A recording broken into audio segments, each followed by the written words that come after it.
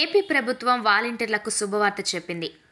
వరుసగా 4వ ఏడాది వాలంటీర్లకు వందనం కార్యక్రమాన్ని ప్రభుత్వం నిర్వహించనుంది.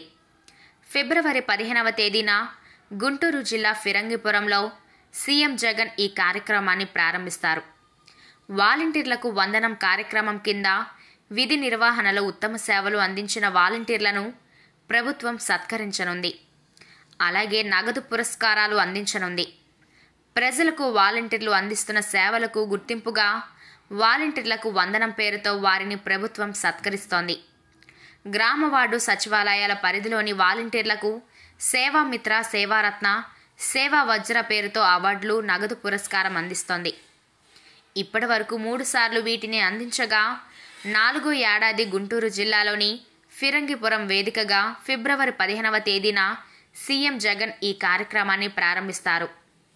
వాలంటీర్లకు వందనం కార్యక్రమంలో భాగంగా ప్రతి అసెంబ్లీ నియోజకవర్గ పరిధిలో అత్యుత్తమ సేవలు అందించిన మొదటి 5 మంది వాలంటీర్లను సేవా వజ్ర పేరుతో సత్కరిస్తారు.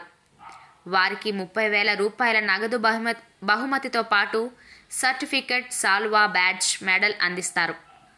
మొత్తం 175 నియోజకవర్గాల పరిధిలో 875 మందికి సేవా వజ్ర పురస్కారాలు అందిస్తారు.